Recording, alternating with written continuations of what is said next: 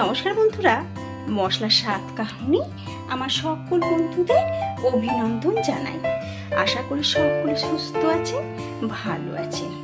প্রচণ্ড গরম পড়েছে। এই গরমে আজকে তৈরি করব কাটাপোনা মাছ দিয়ে, আলু পটল দিয়ে হালকা পাতলা ঘরোয়া মাছের ঝোল। কাটাপোনা মাছের পেটিগুলোকে আমি ধুয়ে পরিষ্কার করে এর মধ্যে নুন হলুদ মাখিয়ে নেব। পটল আলু টমেটো কেটে নিয়েছি, আর ধনে জিরে আদা কাঁচা লঙ্কা গোলমরিচ মৌরি ভিজিয়ে রেখেছিলাম। এটা মিক্সির বাটিতে পেস্ট করে নেব। মাছটার মধ্যে নুন হলুদ মাখাই,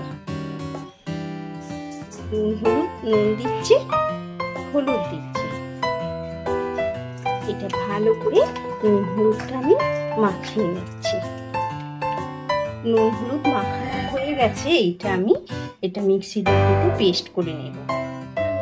10 মিনিট হয়ে গেছে। মাছটা এবারে ভেজে নেব। কড়াই তেল দিয়েছি, মাছটা ভেজে নিচ্ছি। তেলটা গরম হয়ে গেছে, মাছটা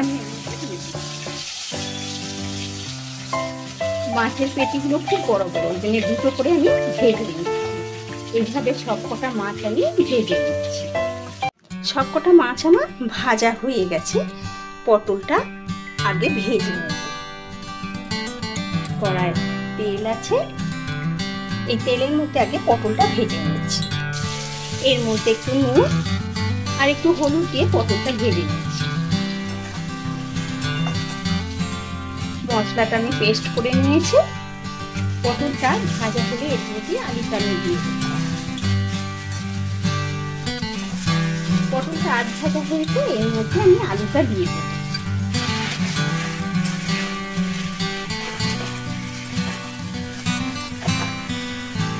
একটা বাটির মধ্যে কালো জিরে আছে, একটা টমেটো কুচিয়ে দিয়েছি। এইটা আমি এর মধ্যে দিয়ে দিচ্ছি। বেশি তেল দেবো না, গরমকাল। অল্প তেলের মধ্যেই আমি ঘরোয়া মাছের ঝোলটা দিয়ে দিচ্ছি। মশলাটা আমি পেস্ট করে নিয়েছি, বাটির মধ্যে আমি ঢেলে দিচ্ছি। মশলাটা আমি এর মধ্যে দিয়ে দিচ্ছি। পরিমাণ মতো হলুদ দিচ্ছি, অল্প একটু নুন দিচ্ছি। দিয়ে এবার মশলাটা ভালো করে একটু ভেজে নিচ্ছি।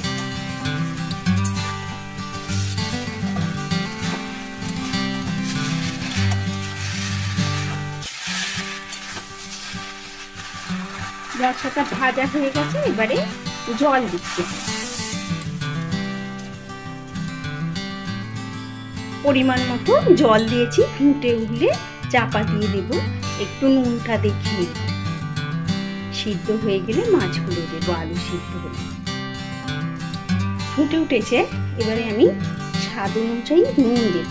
দিয়ে আমি চাপা দিয়ে দেব সিদ্ধ হওয়ার জন্য। এবারে ঢাকনাটা খুলে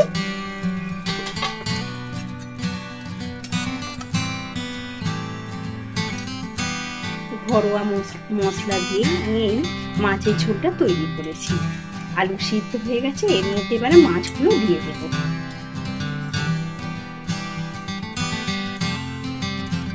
সবকটা মাছ আমি দিয়ে দিয়েছি। এবার আমি চাপা দিয়ে দিচ্ছি মাছটা সিদ্ধ হওয়ার জন্য।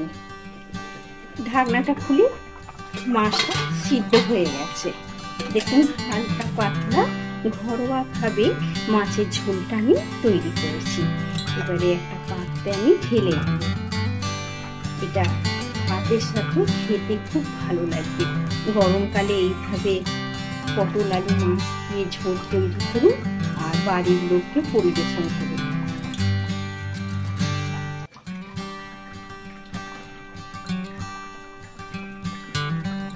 এইভাবে মাছের ঝোল তৈরি করুন, বাড়ির লোককে গরম ভাতের সাথে পরিবেশন করুন।